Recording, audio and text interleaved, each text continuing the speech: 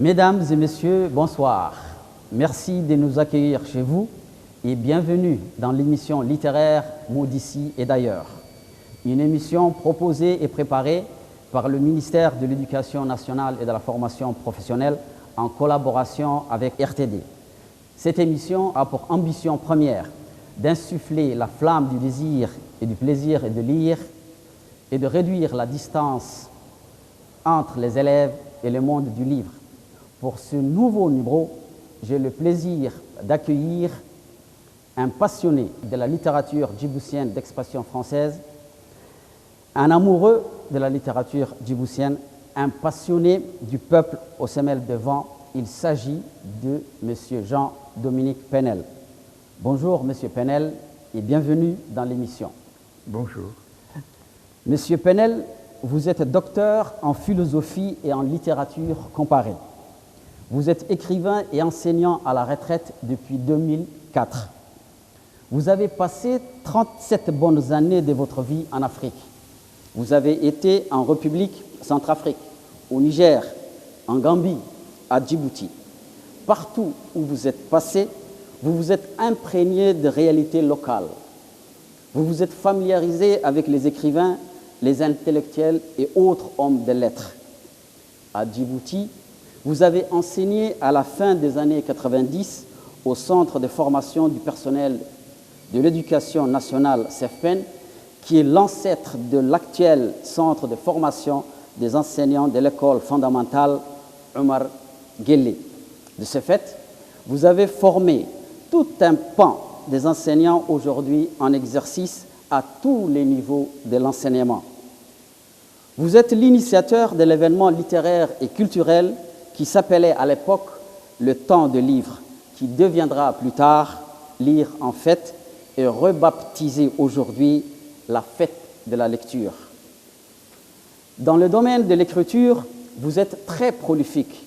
Rien que Djibouti, vous avez publié 6 ouvrages, notamment l'histoire de l'école djiboutienne de 1884 à 1922, publié en 2 tomes. Djibouti 70, dans lequel vous parlez, entre autres, les premiers écrivains et journalistes djiboutiens. Subjugué par Djibouti et par ses hommes, vous avez publié un ouvrage bien documenté et illustré intitulé Djibouti, l'invitation au voyage en 1999. Vous êtes également l'auteur d'un recueil de poésie intitulé Pays-Gorge, île dans la terre, dans lequel vous parlez de lieux et comment vous les avez ressentis. On ne peut passer sous silence la biographie que vous avez publiée et coécrite avec Madame Colette Dubois du défunt Saïd Ali Koubeche. Vous êtes marié avec une Djiboutienne avec qui vous avez eu un fils qui a aujourd'hui 25 ans. Entre vous et la terre d'échanges et de rencontres, c'est une longue histoire dont, je l'espère, d'autres chapitres encore plus exaltants vont s'écrire. Monsieur Penel, aujourd'hui, ce matin, je vais vous interroger sur pratiquement toutes les œuvres, tous les ouvrages que vous avez écrits et publiés sur Djibouti. Donc, comme ils sont assez nombreux, on va passer de coq à l'âne. Ma première question. À travers l'ouvrage « L'école à Djibouti » 1884-1922, Vous vous êtes efforcé, non sans peine, à la mise en forme de l'histoire de l'école de Djibouti. Qu'est-ce qui vous a motivé à entreprendre un tel travail de recherche et quel objectif poursuiviez-vous? Je vous remercie beaucoup.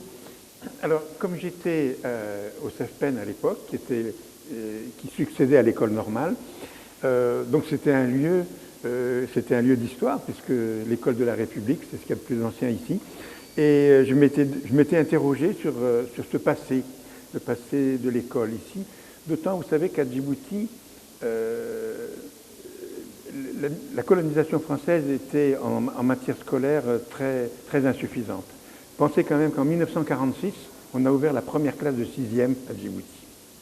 Et juste avant la Seconde Guerre mondiale, il y avait environ 300 élèves à l'école primaire. C'est tout ce qu'il y a. Il n'y avait pas d'école secondaire. Enfin, donc tout ça, ça m'a interpellé. Et je me suis dit, il faudrait que je fasse quelque chose. Mais, vous voyez, vous avez dit que j'ai été longtemps en Afrique, et il y a un problème qui est le suivant. Quand vous êtes dans un pays pour lequel vous avez des sympathies, mais vous n'êtes pas non plus tout à fait du pays. Donc, il faut savoir se positionner. C'est-à-dire que je ne peux pas prétendre faire, à la place des Djiboutiens, l'histoire de leur propre pays. Donc, moi, j'ai compris depuis longtemps que quand on est dans un pays, on peut contribuer à quelque chose sans se substituer aux gens. C'est pourquoi, vous voyez, ce livre est fait en 2 volumes. Et le 2e volume, c'est exclusivement une partie des documents que j'ai utilisés. Donc ça, c'est l'histoire telle que je l'ai imaginée, telle que j'ai pu en faire les étapes, si vous voulez. Je l'ai fait à ma manière.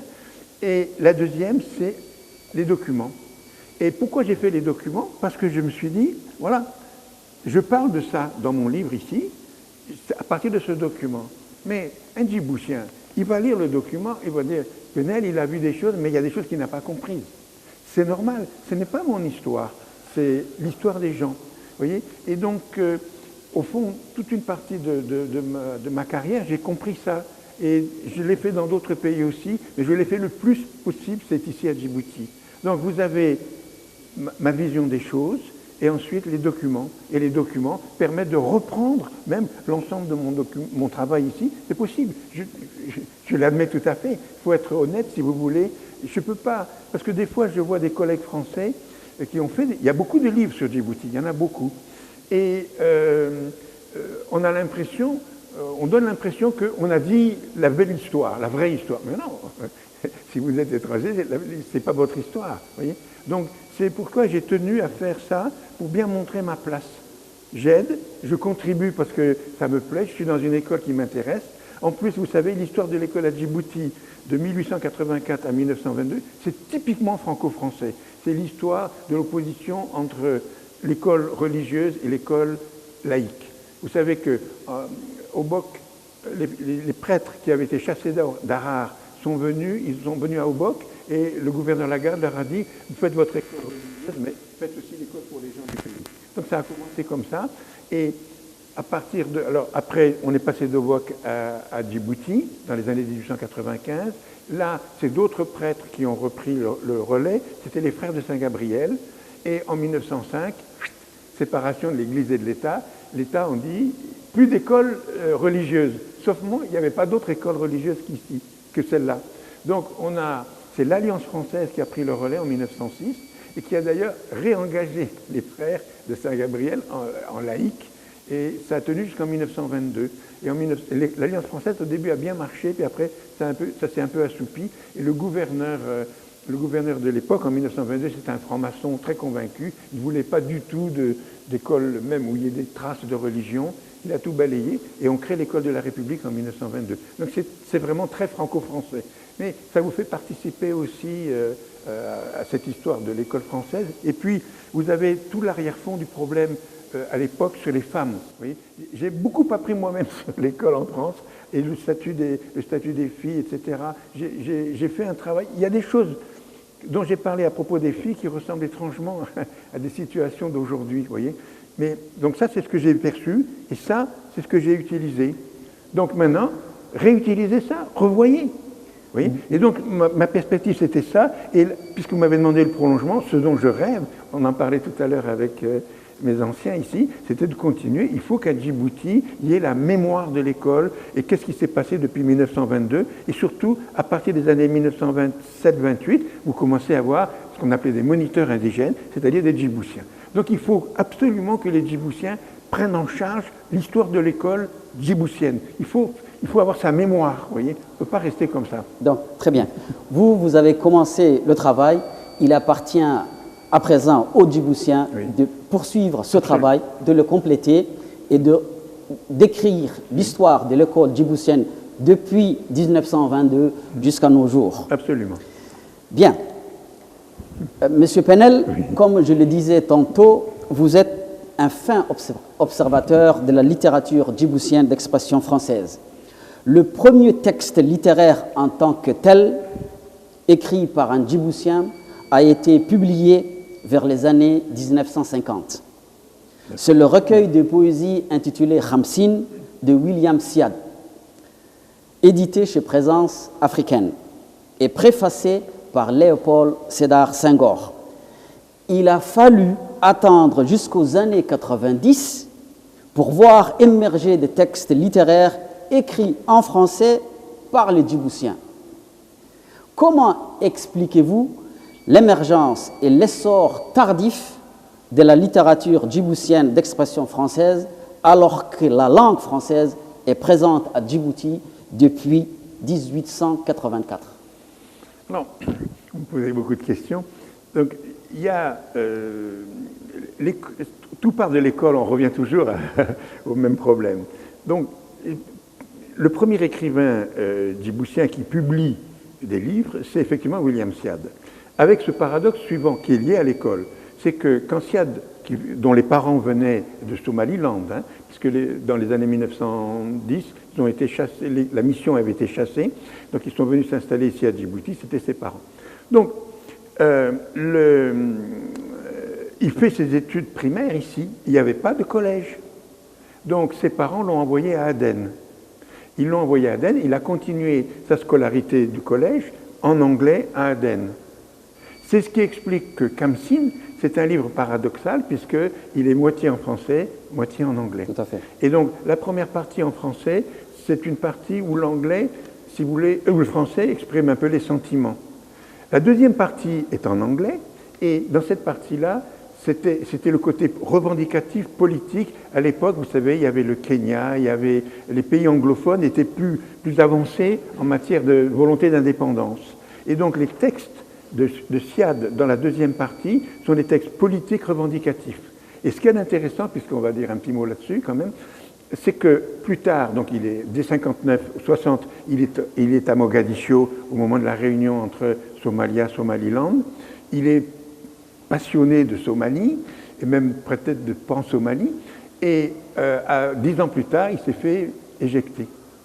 Donc le résultat, c'est que quand il a continué à publier des recueils de poésie, cantiques, symphoniques, etc., il a utilisé l'anglais à nouveau. L'anglais n'est plus du tout revendicatif. Vous tournez les pages, vous avez des poèmes en français, et de temps en temps, vous avez des poèmes en anglais, vous continuez. Mais là, les poèmes en anglais expriment la même chose qu'en français, c'est-à-dire ils ne sont plus du tout liés à la revendication politique, si vous voulez. Voilà, donc, c'est la première chose pour répondre à votre question.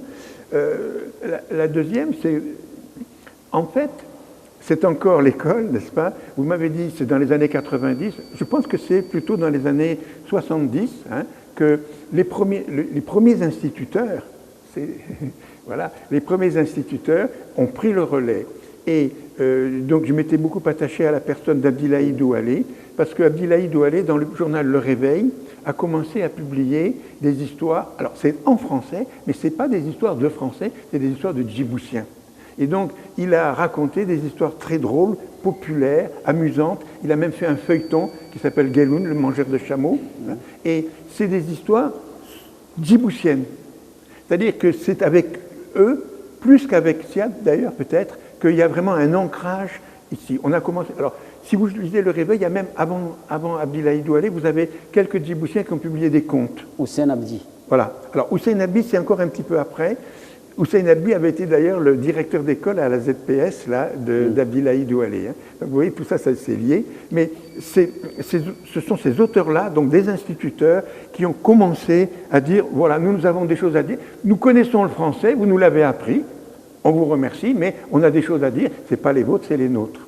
Et c'est comme ça que les premières paroles djiboutiennes sur Djibouti, de la réalité djiboutienne, c'est avec des gens comme Abdillahi Doualé. Donc j'ai recueilli les textes. J'ai mis aussi Hussein Abdi, parce que Hussein Abdi a fait un petit texte qui s'appelle Abdi, enfant du territoire des Afar et des Issa. Quand il est allé en France, en stage, on lui avait demandé de parler de Djibouti. Alors c'est plutôt quelque chose de très général sur Djibouti. C'est un peu scolaire, si j'ose dire. Hein. C'est un mémoire d'instituteur. Mais j'ai voulu le mettre quand même parce que c'est justement ces gens-là qui ont porté les choses. Et puis, quand j'ai dit à Hussein Abdi que j'allais rééditer son texte, il a fait quelque chose de très intéressant. Il a rajouté, je l'ai mis dans le livre, dans la nouvelle édition, il a rajouté des textes en somali traduits en français. Et d'ailleurs, je crois qu'après lui-même, il a fait un petit recueil de textes indépendants somali français. Et vous voyez, ce sont ces gens-là qui ont mis en marche, si vous voulez, cette parole djiboutienne. Voilà, comme on l'a dit hier lors de la conférence, oui. Ce sont des auteurs qui se sont inspirés de la réalité et de leur environnement immédiat voilà. Pour produire des textes littéraires. Voilà. Et alors, ce qui s'est passé, vous me parlez des années 90, les années 90 ici, alors c'est pas moi qui ai organisé ça, c'est M. Lucien Roux, mais j'ai participé. Donc il y a eu le temps des livres. Et dans ma vie d'homme, c'est la plus belle histoire que j'ai jamais vécue pour la littérature, c'est tous ces auteurs qui sont venus ici. Je n'en avais jamais autant vu qu'à Djibouti, et c'était magnifique. Ça a commencé en 95, vous étiez sorti de l'école, et il y a eu 5 invités, et la dernière année, 3 ans plus tard, il y en avait 25. Hein. Et alors, pour que les Djiboutiens soient des invités officiels, il fallait qu'ils aient édité. Et c'est comme ça qu'on a commencé à éditer les premiers livres de Cheikh Mouata, d'Abdi Ismaël Abdi, d'Ali Moussaïé, d'Idriss Youssouf. Tous ces livres-là ont été produits à l'occasion du temps des livres, vous voyez, pour qu'ils soient des invités officiels à côté des autres, à côté des autres écrivains, participer à cette fête de la lecture. De la lecture. Oui. Très bien. Alors, M. Penel, est-ce que vous pouvez nous dire quelles sont les caractéristiques de la littérature djiboutienne d'expression française depuis son balbutiement, depuis les années 70, on vient de parler les écrits d'Abdillahi Doualé et de Hussein Abdi, jusqu'à nos jours où nous avons des écrivains de renommée internationale comme Waberi, Cheikh Mouata. En fait, il y a comme une évolution, si vous voulez. Donc vous avez ces premiers auteurs dont on vient de parler, donc ils sont très centrés sur le lien direct avec la tradition ou ce qui les précède. Ensuite, vous commencez à avoir des gens qui parlent au présent et qui parlent de ce qu'ils vivent ou de ce qu'ils ont vécu. C'est ce qui se passe avec Waberi, quand Waberi commence à faire Pays sans ombre, etc. Il parle maintenant de ce Djibouti qui est son Djibouti à lui, celui qu'il vit. Voyez. Donc maintenant, c'est la réalité, non pas du passé, mais du présent, qui va s'imposer progressivement. Alors, vous trouvez ça chez tous les auteurs dont j'ai parlé, là, chez Mouata, etc. Alors, en ce qui concerne Waberi, c'est très particulier parce que lui, donc il est parti en France, il était professeur aussi, il est toujours professeur, il enseigne aux États-Unis à l'heure actuelle. Hein. Tous les ans, il quitte l'Europe, soit la France, soit l'Italie, puisque maintenant il vit un peu en Italie, et il part faire des cours de littérature à Washington. Et donc, c'est un enseignant aussi. Il enseignait l'anglais en France et il enseigne la littérature aux États-Unis. Hein. Donc, c'est un enseignant également. Et donc, lui, il a certainement un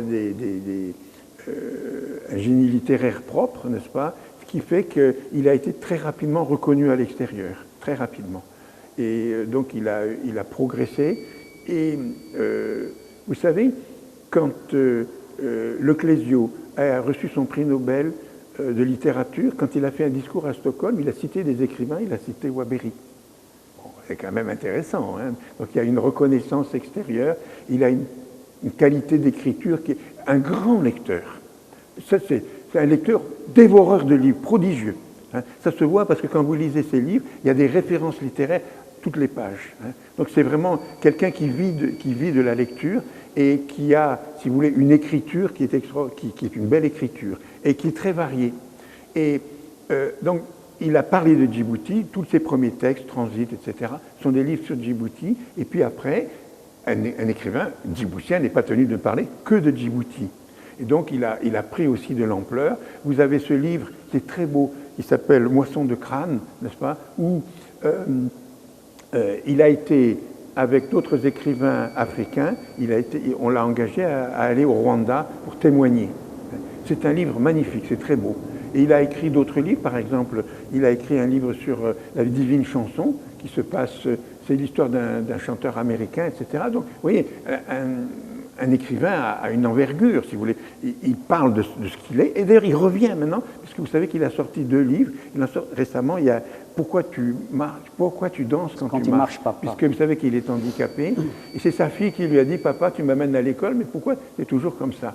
Et il a raconté son histoire. Oui. C'est magnifique. Et alors là, c'est un retour à Djibouti, parce que c'est son histoire de départ. Et là, il vient de sortir un autre livre où c'est sa fille, maintenant, qui a eu des problèmes aussi, et il raconte les histoires de sa fille. Donc, vous voyez, alors je vais en parler d'autres un petit peu, mais si vous voulez, on part de son espace, et on peut aussi aboutir à d'autres espaces par la qualité de la plume. Vous voyez. Nous étions sur les traits caractéristiques de la littérature djiboutienne. Voilà. Quelle est la particularité des textes littéraires écrits par des Djiboutiens? Donc, en 2 mots, donc, au départ, vous avez cette réalité traditionnelle qui est racontée par les premiers écrivains. Ensuite, il y a un auteur qu'on pourrait citer, parce qu'il est lié à l'école, c'est Omar Ousmane Rabé, qui a été le premier directeur de l'école normale à Djibouti, qui a écrit un livre qui s'appelle Le cercle et la spirale. C'est absolument magnifique. C'est très politique, mais il a peint sa mère, un visage de femme absolument extraordinaire. Et j'avais même donné un texte au BEPC en 98 tiré d'Omar Ousmane Rabé. C'est très beau, où il raconte comment sa mère, elle savait ni lire ni écrire, et elle le faisait réciter ses leçons. Et pendant des années, il récitait ses leçons à sa mère, et dès qu'il hésitait, il dit « tu ne sais pas, tu ne sais pas ». Et c'est des années après qu'il a compris que sa mère ne savait pas un mot de français et qu'elle lui faisait réciter comme ça. C'est extraordinaire. Il y a un visage de femme vraiment de grande beauté et qui est, si vous voulez, par exemple, moi je ne suis pas djiboutien, mais quand je lis ça, je dis cette femme, elle est extraordinaire. Et puis je vais faire lire ça à n'importe qui, n'importe où, mais tout le monde va être étonné, vous voyez. Donc c'est quelqu'un qui parle aux autres, vous voyez.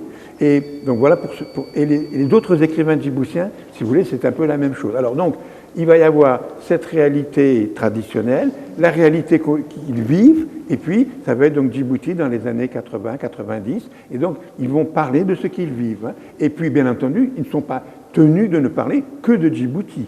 Ils vont lire, ils vont apprendre des choses, et ils vont exprimer leur réalité telle qu'ils la sentent, et puis d'autres choses aussi. Hein. Il n'y a pas de blocage. Un écrivain n'est pas tenu de ne parler que de lui, mais ça dépend de... Et leur première source d'inspiration, c'est bien la tradition orale. Oui, nous avons évident. Beaucoup d'écrivains djiboutiens comme Choukri Ousmane, Abouita, Cheikh Mouata, qui s'inspirent de la tradition orale. D'où ce lien étroit entre la littérature écrite et la tradition orale. Oui, vous savez, ce qui importe, vous voyez, c'est d'être de son temps. C'est-à-dire, on est en 2023, il faut être écrivain en 2023. Ça veut dire aussi que donc il faut appréhender la modernité, le présent, tout en restant fidèle à soi-même.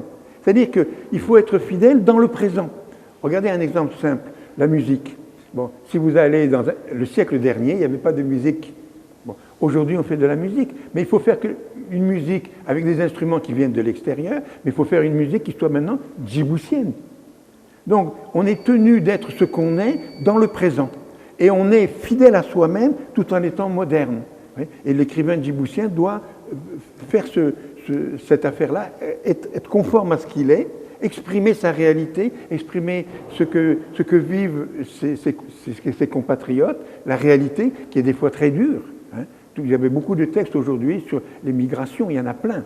Hein. Les gens qui partent vers l'Arabie Saoudite ou vers l'Europe, etc. C'est des problèmes modernes. Hein. Donc qu'est-ce que c'est que ces histoires-là? Il y a un texte de Waberi Transit, par exemple. Vous avez un texte de Chem Ouatta, Amour nomade, qui se passe à Bruxelles, vous voyez, où il rencontre des femmes, c'est que des femmes, hein, des portraits de femmes qui sont parties de chez elles, etc. Donc, comment être soi-même quand on est ailleurs? Oui. Donc, il faut donc être djiboutien aujourd'hui, avec les moyens d'aujourd'hui, avec la réalité d'aujourd'hui, tout en étant djiboutien, et non pas français ou américain ou espagnol. On ne vous demande pas de vous effacer, on vous demande d'être ce que vous êtes, mais dans les réalités. Voilà. Alors vous savez, moi, pour dire un petit mot, la réalité, ce problème djiboutien m'a beaucoup interpellé, et en 1995, au CEFPEN, il y avait le programme de l'Université de Montpellier pour former des professeurs de DUG. Et donc, il y avait dans le cursus, pour les lettres, une unité de valeur qui était libre. Et j'ai demandé à le responsable de l'Université de Montpellier si cette unité de valeur libre, je pouvais l'utiliser pour faire un cours de littérature djiboutienne. Et donc, ils ont accepté, et c'est devenu une unité de valeur obligatoire. Donc, en 1995, ici à Djibouti, on a fait un cours de littérature djiboutienne. Et alors, il y avait deux parties pour répondre à votre question. La première partie, je la faisais parce que c'était la littérature djiboutienne d'expression française. Et la deuxième partie, c'était fait par Didier Morin, qui venait de France et qui, comme il parlait aussi bien l'afar que le somali, il a fait des cours de littérature djiboutienne afar et somali. Parce que la littérature djiboutienne, c'est l'ensemble des deux. Oui, et on l'a fait de 95 jusqu'à 98. Voilà. Et en 98, pour vous expliquer autre chose, en 97-98, j'avais trouvé ici quelques enseignants, c'est-à-dire des enseignants djiboutiens. Certains avaient la licence et d'autres avaient déjà la maîtrise. Donc, je les ai réunis, ils étaient 8, et j'ai obtenu de l'université de Limoges qu'on puisse les inscrire et que moi je puisse faire les cours. Et donc Limoges a accepté, et vous avez eu en juin 98, ici à Djibouti, en juin 98, je dis bien ce que c'est, vous avez eu 2 étudiants djiboutiens qui ont passé leur maîtrise. Il y en a une que vous connaissez, les deux vous les connaissez, c'est Fatouma Mahamoud. Et puis l'autre, c'est Aden, celui qui est à l'heure actuelle ambassadeur de Djibouti en Turquie, qui a fait d'ailleurs un très beau travail de maîtrise sur les contes. Comment les contes djiboutiens sont différents des contes merveilleux d'Arabie. Et puis vous en avez 5 autres qui ont passé un DEA en 98, et parmi eux, vous avez Abdul Malik, qui est devenu après doyen, et vous avez Kadar Ali Dirané, qui a fait son DEA aussi. Et ceux-là ont continué un peu plus tard et sont arrivés plus loin. Et tous les sujets de ces travaux universitaires, sauf un, c'était tous consacrés à Djibouti. Vous voyez ? Donc il faut faire avancer les choses, il faut intégrer cette littérature dans le cursus universitaire djiboutien. Très bien. Alors, comme je le disais tantôt dans l'introduction, vous avez publié en 1997, oui, j'étais au CFN, chez l'Harmattan, oui, un recueil de poésie intitulé « Pays, gorge, île dans la terre ». Oui. Alors, pratiquement, tous les poèmes de ce recueil portent sur cet espace nomade de poètes, pour reprendre votre expression. De plus, tous les poèmes de la section 2 portent comme titre des noms qui sont connus par les Djiboutiens, Goubet, Doralé, Lakassal. Alors, la question, qu'est-ce que ces lieux ont de si particulier au point que vous ayez consacré pas moins de 60 poèmes contenus dans ce recueil? Je suis allé d'abord en Afrique centrale, c'est une Afrique très, très verdoyante, la forêt équatoriale, etc. Après, je suis allé au Niger, qui est un espace très différent, et les cultures sont très différentes. Donc, et en quittant le Niger, donc j'ai été affecté ici, et Djibouti, je croyais que je n'étais jamais allé en Afrique parce que c'était autre chose, vous voyez. Donc à chaque fois, vous rentrez dans un espace et dans des cultures qui sont très différentes. Il y a toujours un choc, vous savez. Et ici, Djibouti, c'est c'est la grandeur du paysage, c'est la grandeur, c'est la espèce de force, d'énergie, les gens sont fiers, vous voyez, les gens, il y a une tenue, une allure, vous voyez, il y a quelque chose de grand. Vous voyez, quand vous allez devant le lac Assal, vous êtes quand même bouche bée. Hein, il y a pas, vous allez au lac Abbé, vous pincez, vous dites mais où est-ce que je suis? Vous voyez, vous êtes capté, vous êtes captivé par le paysage, vous êtes pris là-dedans, vous rendez compte que vous n'êtes rien du tout. Quand on est là tout seul sur le lac Assal ou tout seul devant le lac Abbé, qu'est-ce que vous voulez dire? Et puis vous avez ces autres paysages, vous avez le Daï, vous avez les trois frontières, vous avez c'est très beau. Justement, c'est très beau. Justement, à ce sujet, en vous lisant, oui. Le lecteur a l'impression que vous extériorisez des sentiments et des émotions, oui. voire des sensations enfouies dans les profondeurs de votre âme. Qu'en est-il?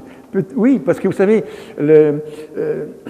des fois, on ne sait pas qui on est, on ne sait pas, et puis tout d'un coup, il y a quelque chose qui suscite. Ça peut être une rencontre avec quelqu'un, ça peut être un paysage, ça peut être des événements, et tout d'un coup, vous vous apercevez qu'en vous, vous avez des choses que vous ignoriez, mais que tout d'un coup sont obligés de venir, vous voyez. Par exemple, je suis arrivé à Djibouti, je ne savais pas que je pouvais enseigner la psychopédagogie, et bien j'étais obligé de tirer ça a tiré quelque chose de moi que j'ignorais. Bon, là, c'est des paysages, c'est des gens, et la vie, c'est comme ça, vous voyez, vous êtes obligé d'exprimer. Comme moi, j'aime la poésie, et en plus dans un pays de poètes, ce qui est quand même, vous savez, c'est rare. Voilà encore quelque chose. À Djibouti, la Corne de l'Afrique, c'est un endroit où on dit, quand on dit que quelqu'un est poète, ça veut dire quelque chose. Parce qu'en Europe, quand on est un poète, c'est de la rigolade, vous voyez, c'est quelque chose comme ça. Quel est le poème que vous aimez le plus dans ce recueil? Je ne sais pas. Et alors, pour finir, vous savez, j'ai bénéficié des dessins de M. Perrier, qui était un instituteur, qui travaillait à l'école normale. Oh, je ne peux pas vous dire, je ne sais rien, je ne l'ai pas regardé depuis longtemps. Lisez-nous le poème qui vous a le plus marqué. Oh, ça serait lire tout le recueil. Non. Ça serait lire tout le recueil, je ne sais pas. Qu'est-ce que je peux... Voilà, un tout petit poème qui est illustré par... c'est celui qui me vient sous l'esprit. Très, très bien illustré par Perrier. En fait, les dessins de Perrier, c'était extérieur. Hein. Acacia. Donc Dieu sait s'il y a des acacias ici. Acacia, ombrage, fraîcheur d'eau au vent pour le berger, abri du voyageur, tente d'herbe et de bois, refuge provisoire à l'errance, quiétude passagère du toit d'épines. Sous ses aisselles flotte une odeur de chèvre. Voilà, c'est des petits poèmes. Une odeur de chèvre. Une odeur de chèvre, oui. Que c'est beau. Oui. Mais tout est... Bon, je ne peux pas... Bien. Merci, Monsieur Penel. Oui. Toujours une question par rapport à la poésie. Oui. Généralement, on dit que la poésie est un art. C'est aussi un moyen d'expression, un outil pour toucher, convaincre, séduire, interpeller. À quelle fin utilisez-vous cet art qu'est la poésie? Oui. J'ai fait un deuxième, je ne sais pas si vous avez Le chant inassouvi des porcs. C'est celui-là. L'Aiguille des Pins? Non, c'est celui-là. Donc en 2020, je vais répondre à votre question. Hein. En 2020, avec un peintre, Patrick Singh, il a peint des portes, comme une porte ordinaire, hein, recto verso. Et j'ai choisi avec lui des thèmes qui sont des thèmes djiboutiens, car lui n'était pas djiboutien. Par exemple, vous voyez, il a peint une porte qui s'appelle Paix et lait, c'est la salutation en Somalie, j'ai fait des choses comme ça. Et essayer de trouver sur les poètes, on a mis justement sur les poètes, on a mis des phrases de poètes. Ici, c'est une phrase, et Djib devint le cimetière d'un temps, c'est Abdi Ismaël, c'est un texte de lui, etc. Donc j'ai essayé de trouver des thèmes pour le peintre qui soient en rapport avec Djibouti. Et donc moi j'ai fait, pour chaque panneau, j'ai fait un poème. Donc il s'agissait ici, là si vous voulez c'est plus personnel, parce que c'est mon propre ressenti. Là c'était aussi autour à la fois d'une peinture et en même temps quelque chose de plus large, à l'intention d'un public très, très large autour de Djibouti. Vous voyez. Et alors, vous avez des choses sur le lac Assal, par exemple, etc. Et ce qu'on cherche, c'est difficile à dire, hein, ce qu'on cherche quand on fait de la poésie, enfin pour moi, ça, c'est pas de la poésie vraiment. Encore, vous savez, par exemple ici, par exemple sur le problème de l'homme et de la femme, sur le problème des réalités d'aujourd'hui, on s'exprime aussi, vous voyez. C'est pas de la poésie militante, mais ça ne veut pas dire qu'on n'exprime pas des choses, vous voyez, sur la difficulté de la vie, sur les problèmes des gens. Sur vos ressentis. Voilà, c'est ça. Mais ça reste émotionnel, mais c'est pas non plus que pour moi. C'est aussi par rapport à la vie des gens, à la vie des lieux. Vous voyez. Très bien, Oui. parfait. Nous allons marquer une petite pause Oui. et donner la parole au public, un public exceptionnel qui est composé essentiellement de vos anciens disciples. Oui. Alors, qui voudrait poser une question à M.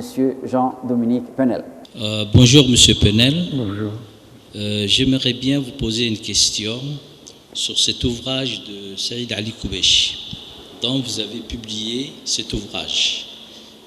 Ma question c'est, qu'est-ce qui vous a poussé à publier l'histoire de Saïd Ali Koubèche, qui était un homme du XXe siècle?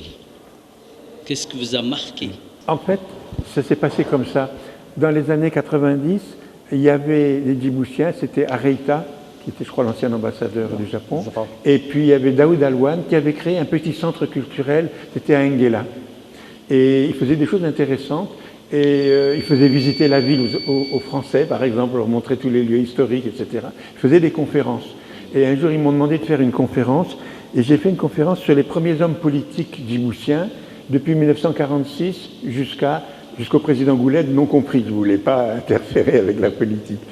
Et donc j'ai parlé des premiers hommes djiboutiens et j'ai parlé de M. Koubèche, puisque vous savez, Koubèche a représenté Djibouti à l'Assemblée de l'Union française à Versailles pendant des années.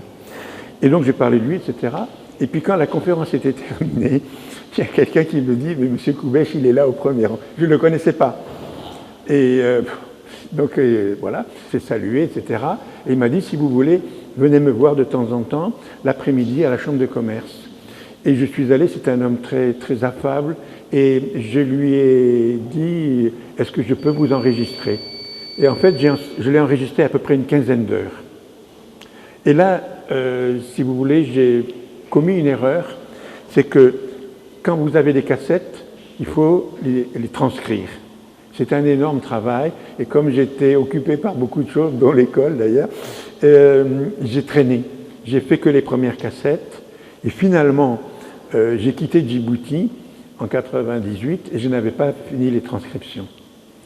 Et il s'est trouvé, alors c'est tout à fait indépendamment de moi, que comme M. Koubèche prenait de l'âge, le Lions Club auquel il appartenait a voulu faire un livre pour honorer un peu sa vie. Et ce livre a été confié à Mme Colette Dubois. Et M. Koubèche commençait à prendre de l'âge et un peu malade de la mémoire, vous voyez. Et quand on l'interrogeait, il disait « Mais j'ai raconté tout ça à Penel ». Et alors, et moi je me trouvais en Gambie à ce moment-là, et donc, enfin les gens, peu importe les détails, mais on m'a demandé de rendre les cassettes, et puis après, en 2004, début 2005, Madame Dubois m'a dit « Mais il faut que je fasse avec elle le travail ». Donc moi je ne connaissais de la vie de Koubèche qu'une partie de son enfance et la vie politique. Ça s'est arrêté en 1960. Tout ce qui est sa vie économique, ce qu'il a fait, etc., ça je ne pouvais rien dire là-dessus. Mais ce que j'avais fait, donc dans le livre, il y a une cinquantaine de pages qui sont une partie des entretiens que j'ai avec lui. Pas tout, mais une partie. En fait, l'erreur que j'ai commise, c'est que j'aurais dû faire, et comme ça c'était que mon œuvre, parce que vous savez, participer, faire un travail à deux, c'est pas toujours facile, parce qu'on n'a pas forcément les mêmes opinions, les mêmes idées. Mais là, j'étais obligé moralement de faire quelque chose, parce que j'aurais dû le faire avant. Et comme je ne l'avais pas fait avant, j'étais obligé de me joindre avec une autre personne pour pouvoir payer ma dette morale, si vous voulez, vis-à-vis de M. Koubèche. C'est très intéressant. Alors, sur l'histoire de l'école, il a raconté comment il était à l'école dans les années 30 ici, avec Duchenet, etc., toute la formation qu'il a eue. Pour moi, c'était très passionnant. C'était un homme très ouvert, Et il m'a raconté, alors j'ai cherché par exemple dans les archives, je n'ai pas trouvé, il m'a raconté les premières séances à l'Assemblée nationale locale ici en 1946. J'ai cherché dans les archives, je n'ai pas retrouvé ces séances-là, mais ça m'a poussé aussi à connaître un peu mieux l'histoire de Djibouti. Vous savez, il y a plein de choses encore à faire, il y a des historiens ici, il y a des choses très étranges dans l'histoire de Djibouti, dans l'histoire politique, et lui, il y a participé, mais de manière un peu violente, puisqu'à la fin, il a complètement arrêté. Il a failli être tué par... c'est son nom qui a été tué à sa place, etc. Donc il a dit, bon, politique, c'est terminé. Mais il y a plein de choses, vous savez, sur votre histoire, sur votre passé. Je vais vous donner un exemple qui, moi, me choque. Je ne sais pas d'où ça vient. Djibouti est le seul pays de la colonisation française où on a fait les élections par ethnie. Ça n'a existé nulle part. Quelles que soient les colonies françaises, jamais on n'a voté par ethnie. Jamais. Sauf à un endroit, Djibouti. Oui. Alors, pourquoi ? Alors, moi, j'ai cherché dans les archives, vous savez, je n'ai jamais pu trouver. Djibouti aussi a une autre particularité avec le Niger. Moi, j'ai travaillé au Niger autrefois. En 1958, il y a eu 2 pays où le chef de gouvernement local a dit non au référendum pour la communauté française. C'est Djibo Bakary au Niger et ici. Vous voyez ? Donc il y a plein de choses sur l'histoire de Djibouti qu'on peut faire. C'est très intéressant, vous voyez. C'est Mahmoud Arbi. Donc vous avez là, encore dans l'histoire de Djibouti, il y a encore plein de problèmes à évoquer. Enfin, moi je m'occupe de littérature avec vous. Et des choses à écrire. Voilà, c'est ça, des choses à écrire. Bien. On va poursuivre encore deux, trois petites questions et on va clôturer l'émission. Oui. Tout à l'heure, nous parlions d'un recueil de poésie que vous avez écrit sur Djibouti, mais prenons-en à présent un autre recueil de poèmes intitulé « Aiguille de pin ». Alors, vous avez publié ce recueil de poèmes en 2011 chez l'Harmattan. Oui. Et 2020 chez l'Harmattan. La lecture des poèmes contenus dans ce recueil fait ressentir ou fait naître chez le lecteur des émotions disparates, telles que la joie, la tristesse, la déchirure provoquée par les guerres, les blessures de l'âme, des rêves ou encore l'inépuisable beauté de la banalité. Peut-on dire que tout est prétexte pour faire de la poésie ? Bon, j'aime la poésie. En fait, mon premier recueil de poésie, c'était en 79. Ça s'appelle Sangbarani, c'est le nom de ma fille. Parce que ma fille aînée, ma fille aînée est née et je n'étais pas là. Elle était en Centrafrique et ça m'a beaucoup travaillé. Et donc j'ai fait un premier recueil de poèmes là-dessus. Quand j'étais au Niger, j'ai fait un recueil de poésie qui s'appelle « Le sage du quartier Yantala a mal aux dents ». Parce que j'aimais pas les histoires de grands sages, vieux sages, tout ça qui savent tout. Ça m'agaçait un peu. C'est des choses un peu drôles un peu sur le Niger. Quand j'étais donc à Djibouti, j'ai fait ici Pays-Gorge et puis l'année dernière celui-là. Et donc c'est toujours lié à l'espace où je trouve ou à mes problèmes. Celui-là, c'est un peu quelque chose de, si vous voulez, je ne veux pas dire de fin de vie, mais avec un peu de recul, j'ai quand même 80 ans. Hein. Et donc c'était des choses que je vis en Europe, si j'ai vu des films, ou si j'ai lu des livres, ou si j'ai entendu de la musique. Il y a beaucoup de choses sur la musique, des chanteurs. Moi, j'aime bien écouter, c'est pas César Evoria, ou des musiques brésiliennes, ou des choses. Il y a des choses asiatiques aussi. Et puis il y a des thèmes qui forcément me travaillent, thèmes de la guerre, hein, parce qu'ici, mon épouse étant de la région. Bon, il y a des histoires de guerre, il y a des histoires de mort. J'ai vu mourir des gens jeunes. Oui, il y a des choses qui sont inacceptables, vous voyez. Donc c'est ce qui vous bouleverse, c'est ce qui vous touche. Donc c'est ce que j'ai voulu traduire dans ce recueil qui n'a pratiquement rien à voir avec l'Afrique, c'est la première fois, sauf un poème. Et je vais vous dire lequel poème, non, je ne vais pas vous le lire, mais quand vous regardez les étoiles, il y a des ciels magnifiques la nuit ici. Il y a des étoiles qui s'appellent le bouclier d'Orion. Le bouclier d'Orion. Et donc, c'est ma femme qui me l'a fait découvrir, je ne connaissais rien. Alors quand je regarde ces étoiles, vous savez, si vous lisez l'astronomie, on va vous expliquer que chez les Grecs c'était ceci, chez les Grecs c'est ça. Je dis, je m'en fous, moi c'est ma femme, parce que quand je vois ça, c'est elle qui m'a appris ça, Sidisto. Donc c'est le nom et je reconnais cette étoile. Quand je reconnais ces étoiles, je reconnais quelque chose d'affectif. Mais pour le reste, tous les poèmes, c'est des poèmes qui ne sont pas liés vraiment à l'Afrique. C'est ma vie d'aujourd'hui. Très bien. Alors nous nous acheminons vers la fin de l'émission. Monsieur Penel, oui. Aujourd'hui, le monde est traversé par plusieurs crises multiformes et multidimensionnelles. Oui. Crise économique, crise sanitaire, crise climatique. Presque sur tous les continents, il y a, hélas, la guerre. Quelle est la vision du sage que vous êtes sur le monde, autrement dit, la vision de Penel? Alors, sage, je ne suis pas sage. Un sage, c'est celui qui prétend qu'il sait quelque chose et qu'il peut donner des conseils. Moi, par exemple, quand on me dit « donnez-moi des conseils », je dis « je ne peux pas en donner ». En Afrique, et surtout chez nous, oui, je sais. Un homme de 80 ans oui. est un sage. Oui, mais moi, je ne suis pas sage du tout. Je ne suis pas sage parce que je me suis beaucoup trompé dans ma vie. J'ai fait des erreurs. Je n'aime pas les trucs trop moraux, trop vertueux. Ça me casse la tête parce que je sais on parle de la vertu, mais c'est pas ça qu'on fait. Alors bon, c'est pas la peine d'en parler. Parlons d'autre chose. Donc moi, si vous voulez, je suis comme vous accablé par ce que je vois. Et par exemple, en France, ce qui m'énerve, c'est les gens qui se plaignent du matin au soir. C'est vrai qu'on doit se plaindre parce qu'il y a des choses qui ne vont pas, mais les gens n'ont qu'un recul. Des gens qui ont 35 heures de travail par semaine, qui rouspètent. Mais venez en Afrique, venez voir les gens qui n'ont rien à bouffer ou qui traînent la savate. Vous voyez, les gens se plaignent tout le temps. Et ça m'énerve au plus haut point. Vous voyez, plus les gens en ont, plus ils se plaignent. Vous voyez.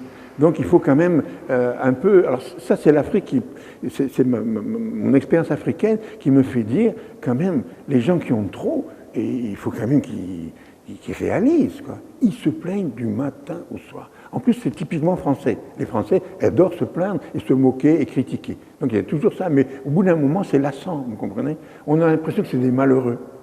Hein, qui viennent ailleurs. Donc ça, c'est la première chose. Hein, vous voyez. Donc c'est ma vision du monde par rapport à ça. Sur la guerre, c'est inadmissible. Inadmissible. Oui.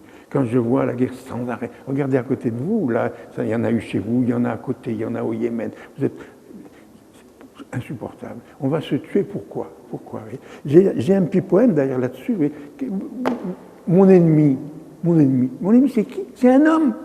C'est-à-dire un type il a une femme, il a des enfants, comme moi. Qu'est-ce qui me permet d'aller tuer ce type-là? Au nom de quoi? Au nom de quelle connerie? Parce que demain, on va se serrer la main. Vous voyez, ça, c'est inadmissible. Regardez les Français et les Allemands. On s'est battu avec les Allemands en 1870. Les Prussiens étaient à Paris en 14-18, en 39-45. Et maintenant, on se serre la main, les grands amis, on se tape sur l'épaule. On dit l'Europe ne peut pas marcher sans les Allemands et les Français. Mais et tous ces morts-là, c'est quoi? Ils sont morts pour quoi? Pour qui? Vous voyez, moi, je trouve ça inadmissible. Alors, en matière de santé, vous parlez de santé, il y a d'ailleurs un poème ou deux là-dessus. Moi, ce que je trouve, une chose auquel je ne me suis jamais habitué en Afrique, c'est des morts que je trouve qu'il ne fallait pas mourir. C'est-à-dire que des fois, vous voyez mourir les gens et vous dites qu'ils seraient ailleurs, on leur aurait donné des médicaments, on leur aurait donné des soins. Et ça, moi, j'ai perdu ma première promotion d'élèves en Centrafrique, en 69, il n'y en a plus la moitié des vivants. C'est pas normal. C'est pas normal. Et alors, vous apprenez que celui-ci, il est mort de ceci, de cela. Là, j'ai parlé de la mort d'une jeune fille. Elle boitait, et elle est morte à 30 ans. Mais c'est pas normal, c'est pas normal. Ça, pour moi, c'est insupportable. Oui. Très bien. Mais par contre, pour terminer, je n'ai pas de vision très optimiste de l'avenir, mais ce que j'ai toujours... pour moi, ce qui a été très fort, c'est les rencontres avec les gens. Oui, on est des hommes, on est des femmes, on vit comme on est, et puis vous découvrez quelqu'un en face de vous, et pour moi, c'est ça qui m'a été le plus fort dans ma vie. Et je pense que c'est ça. On ne pourra jamais, malheureusement, on ne pourra pas arrêter Poutine et les Ukrainiens. On ne pourra pas. Mais au moins, à notre niveau, rencontrer quelqu'un. Moi, j'ai été avec des Russes en Centrafrique. Il y avait des professeurs russes. On s'entendait très bien. Et on ne parlait pas d'idéologie. On ne parlait pas d'idéologie. On était des hommes, des femmes, on avait les mêmes élèves, on avait les mêmes problèmes, et puis on était ensemble. Oui, et vivre avec les gens, vivre avec les hommes, les rencontrer, apprendre d'eux, vivre avec eux, moi c'est la seule philosophie que je pourrais garder. Très bien, très bien. Le mot de la fin, en 1 minute. Merci Djibouti. Voilà. Très bien. C'est sur ce beau message que nous clôturons l'émission littéraire Modici. Et d'ailleurs, il ne me reste plus qu'à remercier le public, un public exceptionnel, essentiellement composé des anciens disciples de mon invité, Jean-Dominique Penel. Un grand merci à vous, téléspectateurs. D'ici la prochaine émission, bonne lecture.